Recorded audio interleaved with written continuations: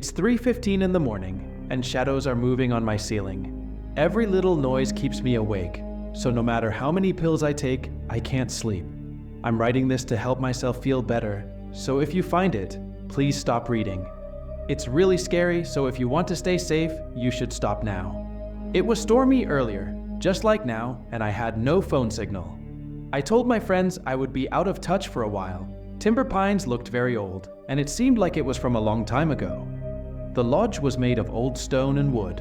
The lights inside were very bright, and this was strange because it was so gloomy outside. My friends noticed this and asked me about it later. The man who owned the lodge was very strange, and I don't remember him well. His voice sounded odd and a little like mine. When I got there, a terrible smell hit me, and it was so strong that I could still smell it even with other better smells around. I sent a message to my friends about the empty desk and the awful smell. I thought it was coming from an open bathroom door nearby, and that terrible smell still makes me shiver. The TV in the lobby was showing a scary movie, and it made everything feel even creepier when I rang the bell. From here, my memories become clearer, but also more frightening. I kept ringing the bell, but no one came, so I went outside to check the address. The bad smell was still there. In the movie, a lady was hiding from a scary man, and it was very frightening.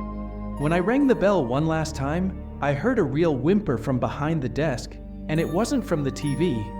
Just thinking about it makes my heart race, so I carefully went towards the sound. The smell and the sobbing seemed to come from behind the counter. I don't remember if I jumped over the counter or just looked, but I wasn't ready for what I saw. There was a man tied up and his face was covered with a cloth. He was breathing very hard and fast. Later, I found out that the constant ringing of the bell had driven him mad. After that, my memories get fuzzy, and the messages I send show I was confused.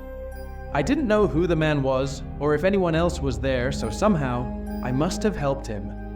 My last clear memory before I blacked out was his eyes. They looked happy at first, but then they turned wild when he heard my voice. Later, I woke up coughing and my ears hurt. The bell kept ringing, and each ring felt like new pain. My throat hurt, and it was hard to breathe.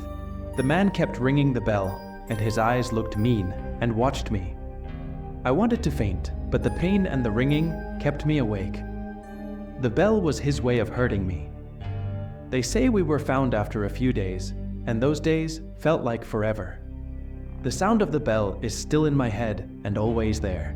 The man tried to drive my car to escape, but crashed it a short distance away, and he was found unconscious nearby. My friends told me bits about the investigation. The man went to the hospital, and then to a mental health place, and his mind was all messed up. The only thing he said was, "The receptionist, I really need to know more," and I've begged for it. I asked them to compare his voice to mine.